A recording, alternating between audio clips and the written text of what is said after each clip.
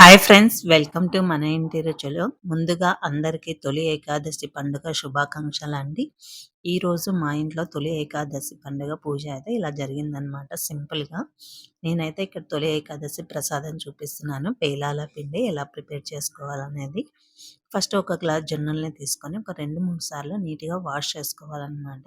Wash చేసుకున్న తర్వాత ఇలా ఒక స్ట్రైనర్‌లోకి తీసుకొని ఒక 10 మినిట్స్ అలా వదిలేస్తే మనం ఎక్సెస్ ఏమన్నా వాటర్ ఉంటే వెళ్ళిపోతాయన్నమాట. ఇట్లా కాటన్ క్లాత్ మీద ఒక 15-20 మినిట్స్ పాటు ఆరబెట్టుకుంటే సరిపోతదనమాట. ఇలా స్టవ్ మీద బాండి పెట్టి బాగా హీట్ అయిన తర్వాత కొన్ని కొన్ని జొన్నల్ని వేసుకొని ఇలా స్పూన్‌తో కలుపుతూ ఉంటే మనకి పేలాలనేది ఇలా స్టార్ట్ అయిపోతాయన్నమాట.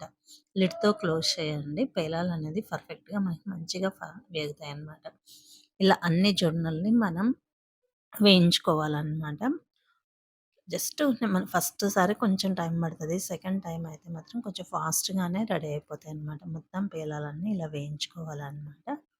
చూసారా ఎంత పర్ఫెక్ట్‌గా పేలాయో కదా మనకైతే. ఇలా బెల్లంని కూడా తురుముకోవాలన్నమాట పేలాలకైతేను. మనం ఇందాక ఇలా బెల్లంని తురుముకుంటే మనకు కరెక్ట్ సరిపోతుంది. ఒక గ్లాస్ జొన్నలు తీసుకున్నాం కదా! ఒక గ్లాస్ బెల్లం అనమాట. కరెక్ట్ కొలత అంటే ఒక గ్లాస్ జొన్నలకి ఒక గ్లాస్ బెల్లం సరిపోతదనమాట.